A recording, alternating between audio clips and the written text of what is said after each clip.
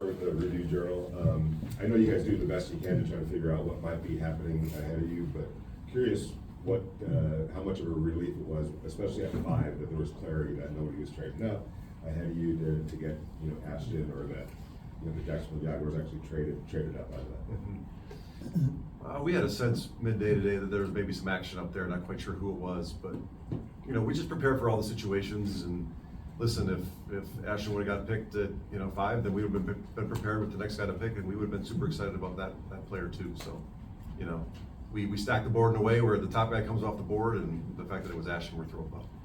Hondo Carpenter with SI. Gentlemen, could you both talk about what it was with Ashton that really stood out to you? Well, there's a lot of things to talk about, but one of the things, he was hard to tackle. I mean, you guys couldn't get him on the ground. And, you know, I compared him with a lot of players in the past, that skill to make people miss and to bounce off tackles and to use the force of the tacklers. And he had marvelous talent in that regard. And that he reminded me, and I'm not going to share him with you because I don't want to compare, but with a number of players that we watched over the years and you know, going back quite a ways, I thought he was that unique. Pete, I know you didn't, Sean Patel, Vegas Sports Today, you mentioned you didn't want to mention specific players, but Ashton seemed to kind of embrace the Marshawn Lynch comparisons. Do you find them similar in any ways, and is there differences between their styles of running as well? I'm glad you brought him up because he's been calling all evening here about it. He's pretty fired up about it. And you know, there's nobody loves the home run game more than he does, and the style. The guys that have style is something that's really special to Marshawn. I know. There is similarities in that his ability to make plays when it doesn't look like there's anything there. Marshawn did that, you know, throughout his career, and he found a physical way to, you know, kind of bank off people and bounce, just keep alive. And Ashton really is a player that shows that kind of style. That's one of the aspects of the style, his burst and all the other things he does as well. You know, complement. But there's a special makeup in there in Ashton in particular. Carter on with Raiders.com. You guys have talked a lot about bringing the right people into the organization. In addition to being a player that gives, what did you learn about Ashton Jeanty throughout the pre-draft process that gave you the confidence he was the right guy to bring into this organization? We did a very complete process with him. You know, John organized. We saw him at the combine. We saw him in the 30 visit here. So we really had tremendous insights into the person and his goals, his desires, his makeup, his mentality. I thought it was an excellent job. We were very committed, you know, because we had so much information. Taking from the athletic, that's a deep class of running backs this year. How did that affect the evaluation of Jeanty? And like, had to be a big gap, or how did that come into play? It didn't affect our evaluation of Jeanty, the player in particular. I mean, his film stands for itself. The kind of person he was stands for itself. I mean, it's something we obviously considered, and you have to consider it when there is a deep class of running backs. But we just felt like he's that good of a person and that good of a player where it warranted the pick. And there's also no guarantees that if you pass on Ashton there, that any of those guys that you really like in the next rung are going to be there too. So, you know, I mean, we saw the Chargers take Hampton too. There's not a good running back there. So, you know, there's no certainties with it. We just it was all about Ashton for us once he was there. John, Levi Edwards from the Las Vegas Raiders. Throughout the draft process, you talked about wanting to not just take the position of need, but best player available. With Ashton Jeanty, do you believe that you were able to successfully accomplish both of those things? I do. You know, it's one of those deals where it meets the need and the best player meet together, and you kind of feel like that's a perfect storm at that point too. And it's just too much to ignore at that point. He's the perfect player for us this year, and we were thrilled to make him a Raider. I'd like to add that we're really excited about the running game and doing a great job of being committed and you know, to have the opportunity to find such a dynamic player to add to all of that. It was just fit just right. Adam Hill, Review Journal. John, last week you sat here and talked about you don't know where the evaluation of running backs came from and why that started. I guess, where do you think it came from, and why did it not matter to you, or why does it not matter to you? I don't know where it came from. I was being honest. You know, we just try to evaluate the player for what they are and add great football players, and with as dynamic as Ashton is and the kind of person he is, and that's kind of what we're looking to add around here too. I mean, you got a guy that had almost 2,600 yards rushing last year, 29 touchdowns. He caught 43 balls in 2023 for over 10 yards a catch. You know, he can line up, he can run routes, he can catch balls, he can pass protect. I mean, you know, I don't know, I mean, just running back score touchdowns. Touchdowns, I think, are pretty important. They make playing defense a lot easier too, I think, right, Coach? That's the whole idea. John, you like grinders. You like both in the building, on the field, but in their personal lives, guys that handle their business. What was it about Ashton off the field that sold you on him as well? He's got such a unique story. I'm really excited for you guys to meet him. And you can even start when he was a freshman. You know, he comes from a military family, and his dad was stationed, I think he told us, in Naples. And here's this kid that's got this love affair with football, and he's in Naples, Italy, trying to figure out how to play football. And he was like, I went to high school and I played football there, you know. And then his dad finished his career in the military, and they got to kind of pick where they wanted to live, and they picked the greater Dallas area because of the quality of football there. And he, as a junior, he's playing behind a guy that's a running back. I think he's at Central Florida now, he told us. So he played slot receiver, and all he ever wanted to do was play football. And he's a physical runner, but he's a dynamic runner. And we just kind of fell in love with his story and his love affair with football. Zeke Trezor, Advanced Sports Illustrated. John, obviously a lot has been made about BPA or taking a player for need. At what point does it get where you don't try to overthink things? But we didn't try to overthink this one tonight. I promise you that. But I would say that anybody overthought it, we did.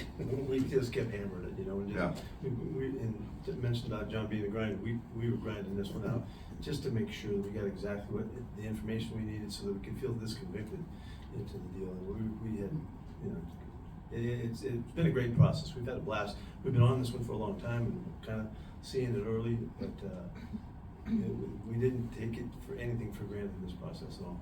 He seems like a guy that can take it to the house anywhere on the field, but also you can ball control with him. Short yardage. Is this a complete back? Yeah, he's like we said. I think the word is dynamic for us. You know, he has all the ability to do all of it. He can run with power. He can run in the short yardage areas and find the spacing that he needs to make the plays. And he's got that marvelous ability to just on any play he can score. And that's just such an exciting aspect to add to our football team. We just feel very fortunate. Yes, we're gonna go Steve, Hondo, Nick, Paul, and Vic. Steve Clark with the Sporting Tribune. What will be his biggest challenge of adjusting from college to pro football? Most always for the guys coming out of college is pass protection. That's the biggest issue that guys have. And we've studied every pass pro op he had, and he gets the job done. But he'll get checked out. You know, the teams that we play will try to make him have to pass pro and see if the young guys can do it, because it's just kind of the way we always go about it. And so that'll be an area for him, you know, that we'll emphasize greatly and make sure he's tough as nails. He's powerful. He strikes guys the right way. Technique is good. We'll just try to just make him better in all aspects of that. But I think that's probably the most challenging thing you'll have to deal with. Pete, when you look at your resume, everywhere you've been, you've tremendously picked running backs. Is there one quality that and you've had different styles of running backs, but is there one quality you look for? What is it that has gifted you in identifying running backs? Well, I appreciate you saying that's nice. It's the commitment to the running game first, as it affects the overall play of your team. That is what drives me to, you know, I've always been focused on the running game, the running backs. But I'm always looking for special qualities, you know, unique things that they're able to do with their vision, with their body control, with their toughness and their burst, their speed. Some guys are just different than others, you know, and he is not a guy that's going to just run into the wall. He's going to find his way for the most space available, you know, with this marvelous creativity, you know, that terrific running backs have always shown to me. And so now I was thrilled to be part of this one and all the way through it, you know, and it was fun to go back and watch this film again. I'll just give you a little quick one. To figure out Reggie Bush back in the day, Reggie scored so many touchdowns from so far out on the film that the film would run and he'd be the only guy on the field. You know, you couldn't see anybody. I couldn't tell, well, how good is he? He's too easy. You know, he's scoring from so far out.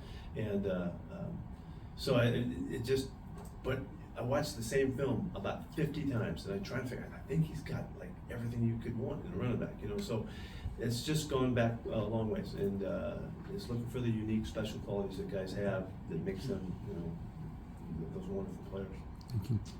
Nick Walters, Channel 13. Pete, obviously it's no secret that the Raiders have had their quarterback struggles over the years, but at the Combine you were talking about how a running game can be a quarterback's best friend. So from your experience with Geno Smith in Seattle, how can Ashton Jeanty help Geno Smith? Yeah, that's not really a novel thought in the coaching circles over the numbers of years, but this is precisely and it won't be just Ashton. It'll be the running back group that'll contribute to make this happen, because it takes a good 3 guys usually in the rotations to make that happen. And but it's the consistency of the emphasis that you place on the defense, that they have to continue to try and stop the running game, and that allows all of the opportunities for Chip to do his magic, and that's play action games. It's all of the stuff that comes off of the run game, and all of that is not what's that doesn't draw any focus on the quarterback.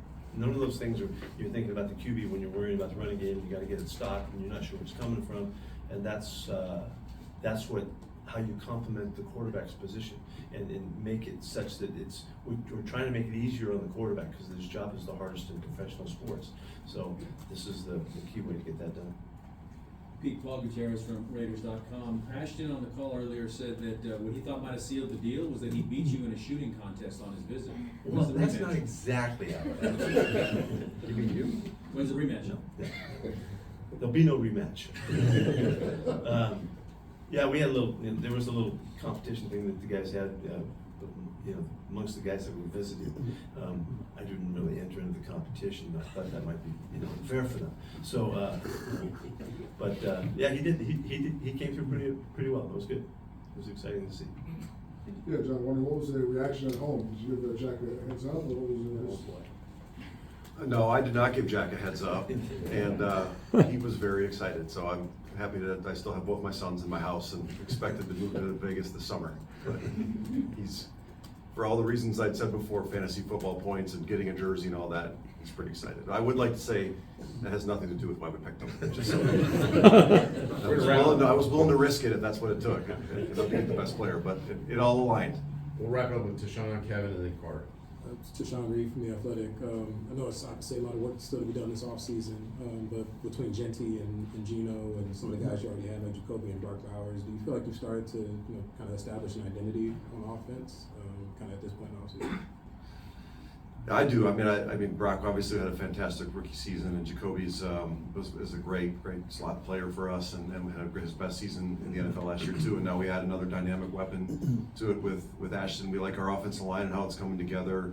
So, and then obviously putting the quarterback back there that can lead and rally the guys and play tough and make good decisions, and then throw the ball really to all levels of the field. I feel like I think Coach does too, and Chip does too. We've gotten harder to defend, but we still have 2 more days of the draft and undrafted free agency, and there's always players that pop later too. So our work is not even close to being done, but I think we're off to a good start, and tonight certainly is a big boost to that. I think too that we're trying to set this up so that our staff and Chip and the coaches that are on the offensive side have the opportunities to create all of the things that they know are capable to be created. And I'm fired up for Chip. I know he knows that he's seen in the mini camp we just had that we've got some stuff that we can work with, and so we're looking forward to it. As excited as you are with what happened today, what's the excitement and buzz and feeling as you head into tomorrow, knowing what's on the board right now? Johnny's just getting warmed up.